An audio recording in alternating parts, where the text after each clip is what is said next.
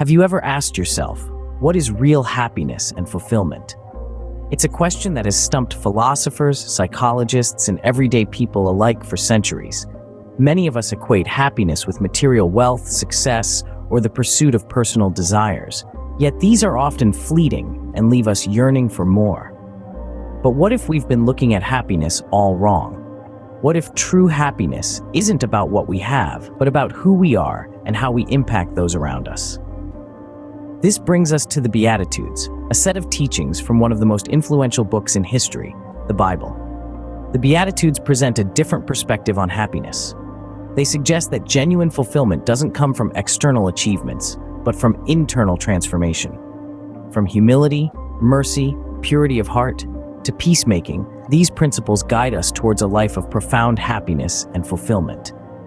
The Beatitudes, as outlined in the Bible, give us a unique perspective on happiness and fulfillment. Let's delve into the first four Beatitudes. In essence, the Beatitudes are 8 blessings, each beginning with the phrase, "Blessed are." They are teachings of Jesus that appear in the Gospel of Matthew and are part of the Sermon on the Mount. Today, we'll focus on the first 4. The first Beatitude is, "Blessed are the poor in spirit, for theirs is the kingdom of heaven." Let's break this down. Being poor in spirit doesn't mean lacking spiritual richness. Instead, it's about acknowledging our own limitations and weaknesses. It's about recognizing that we need God's guidance to navigate life. By accepting our spiritual poverty, we open ourselves to divine wisdom, and thus, the kingdom of heaven is ours. Next, we have "Blessed are they who mourn, for they will be comforted." Mourning here goes beyond experiencing loss.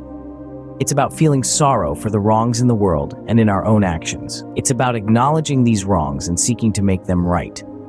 The comfort promised is the assurance of God's forgiveness and grace. The third Beatitude is, "Blessed are the meek, for they will inherit the land." Meekness is often misunderstood as weakness, but in reality, meekness is about strength under control. It's about gentleness and humility. It's about not being overly self-centered, but instead being patient and kind. The reward for meekness is inheriting the land, representing a life filled with God's blessings. Lastly, we have "Blessed are they who hunger and thirst for righteousness, for they will be satisfied." This beatitude calls us to desire justice and fairness, not just for ourselves, but for everyone. It's about striving to live righteously, in line with God's laws. The satisfaction promised is the peace and fulfillment that comes from living a life of righteousness. These first 4 Beatitudes teach us about humility, empathy, meekness, and righteousness. They invite us to live lives marked by these virtues, promising divine blessings in return. They are timeless teachings that continue to guide us in our journey towards real happiness. Now, let's move on to the last 4 Beatitudes. The 5th Beatitude is, "Blessed are the merciful, for they will be shown mercy." This one is pretty straightforward. It's about kindness and compassion. When we show mercy to others, we are doing something beautiful. We are extending a hand of love and forgiveness, and in return, we receive mercy, which is a form of grace. Next we have, "Blessed are the clean of heart, for they will see God." This is an invitation to purity, not just in our actions, but more importantly, in our intentions.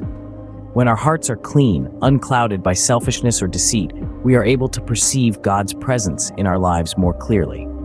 The 7th Beatitude, "Blessed are the peacemakers, for they will be called children of God," calls us to be brokers of harmony. It's about fostering understanding and unity. When we strive for peace, we align ourselves with the divine characteristic of being a peace bringer. Finally, "Blessed are they who are persecuted for the sake of righteousness, for theirs is the kingdom of heaven." This beatitude speaks to the courage to stand up for what is right, even when it is not popular or easy. It assures us that those who face hardship for standing up for truth and justice will be rewarded in heaven. These last 4 Beatitudes teach us about mercy, purity, peace, and courage. To wrap it up, let's summarize the essence of the Beatitudes. They are more than just beautiful sayings. They are guiding principles for a fulfilling life.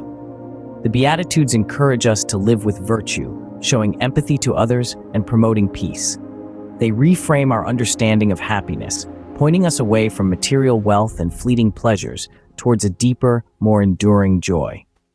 The Beatitudes show us the path to a fulfilling life, leading us towards true happiness, which is not about material wealth or fleeting pleasures, but a deeper sense of joy and peace.